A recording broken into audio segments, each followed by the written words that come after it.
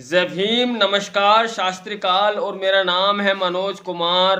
और साथियों, आप देख रहे हैं मनोज कुमार 909।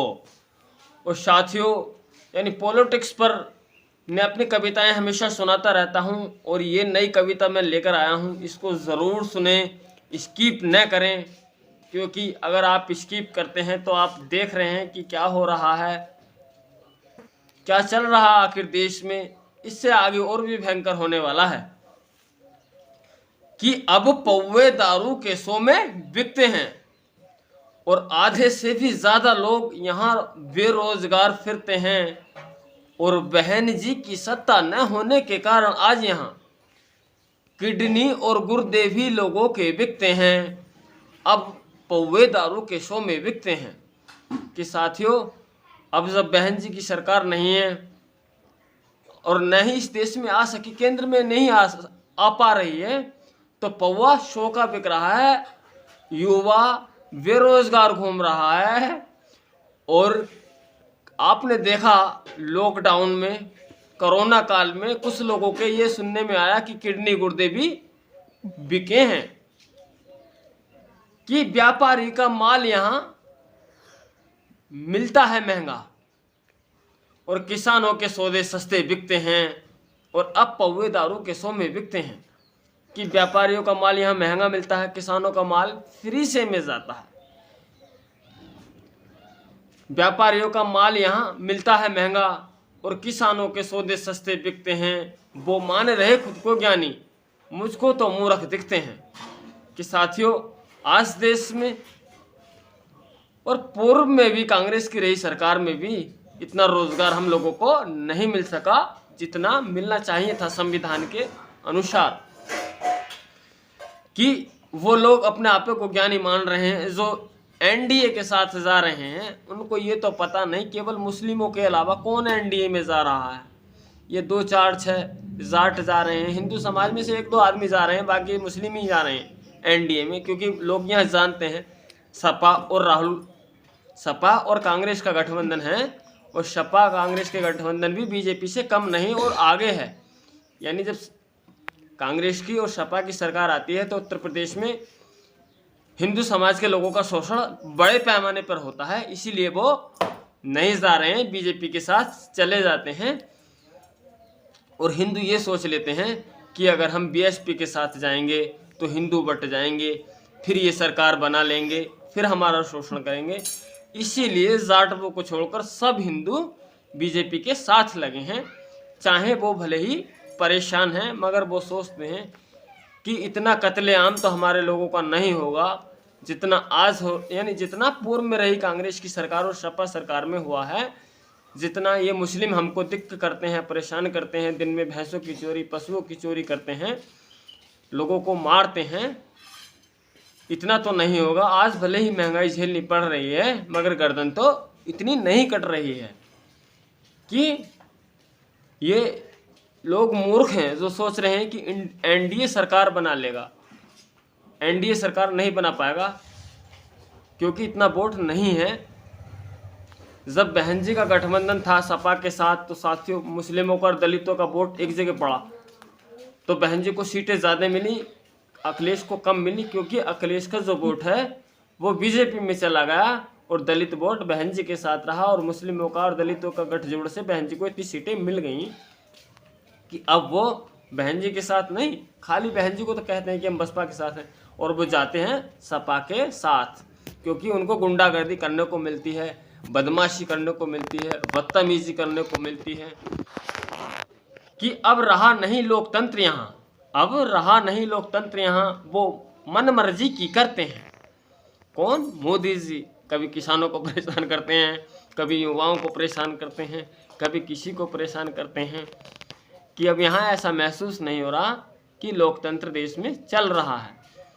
कि अब रहा नहीं लोकतंत्र यहाँ, वो मन मर्जी की करते हैं। और मोदी जी के खिलाफ बोलने से अब लोग यहाँ पे डरते हैं। यानी अब लोग डरने लगे हैं कि मोदी जी के खिलाफ बोलकर मैं कहीं फंस न जाऊं, कहीं मेरे साथ बुरे दिन न आ जाएं।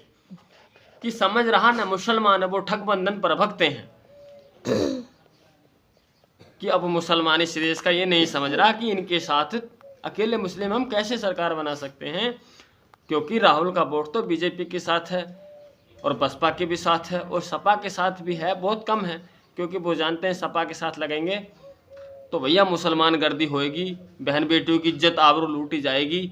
इसीलिए गठबंधन के साथ लोग नहीं जा रहे हैं कि अब रहा नहीं लोग, हाँ समझ रहा ना मुसलमान वो ठग बंधन पर भगते हैं। इसीलिए तो आज यहाँ लोग बिना मौत के मरते हैं कि कुछ लोग महंगाई से तो मर ही रहे हैं और उनका शोषण बड़े पैमाने पर हो रहा है कि अब कामकाज को नहीं तवज्जो हिंदू मुस्लिम करते हैं कि लोगों को कामकाज नहीं चाहिए, हिंदू मुस्लिम चाहिए। मुस्लिम चाहते हैं सपा की सरकार उत्तर प्रदेश में, केंद्र में राहुल की सरकार। और साथियों ये सरकारें हिंदू समाज के लिए दुखदाई रही हैं कि, और हिंदू चाहते हैं कि हमें बीजेपी की सरकार आ जाए। अगर हम बसपा के साथ जाते हैं तो बसपा नहीं जीत पाएगी, फिर कांग्रेस जीत जाएगी। इसीलिए वो अपना वोट बीजेपी को कर रहे हैं और अकेले दलित बसपा के साथ रह जाते हैं। ये बेचारे मुस्लिम हैं, मैं वैसे कहूँ कि 100 में 2-4 वोट मुस्लिम हाथी को करते हैं और 90 वोट सपा और कांग्रेस को करते हैं कि अब कामकाज को नहीं तवज्जो। यानी बहन जी ने इतने काम किए इस उत्तर प्रदेश में, बहन जी ने यानी लखनऊ से लेकर दिल्ली तक बहन जी ने काम किया, बहुत काम किया बहन जी ने, मगर मीडिया ने उसको कभी नहीं दिखाया कि अब पशु गाय के बेचारे गलियों मोहल्लों में सड़ते हैं, कि अब गाय के जो पशु हैं बेचारे वो गली मोहल्लों में सड़ रहे हैं। और संगठित जब लोग नहीं यहाँ महंगाई की मार से मरते हैं कि साथियों अब लोग इंसान नहीं रहे, वो हिंदू मुसलमान हो गए हैं और उसके साथ साथ अन्य कुछ जातियों में बट गए हैं। अब वो संगठित नहीं है, एक नहीं है, अलग अलग हो गए हैं, जिसकी वजह से इंसान आज इतनी महंगाई बेरोजगारी झेल रहा है। वो हम सब के लिए आने वाले 4-6 सालों में बहुत गलत साबित होगी, बहुत भारी पड़ेगी। और साथियों इसीलिए तो हम चाहते हैं कि इस देश में असल में बसपा की सरकार आ जाए, और बसपा की सरकार आ जाए तो सबको न्याय मिल जाए, हिंदू मुस्लिम सिख ईसाई और छोटी जातियों में जीने वाले लोगों को। मगर इस देश का मुसलमान नहीं चाहता कि बसपा की सरकार आए, वो चाहता है कांग्रेस की सरकार आए, सपा की सरकार आए। तो साथियों हम चाहते हैं ये दोनों सरकारें ना आए, भले ही बीजेपी सरकार रह जाए, क्योंकि बीजेपी में हम लोग मर रहे हैं तो कोई बात नहीं, सब मर रहे हैं एक धोरे से।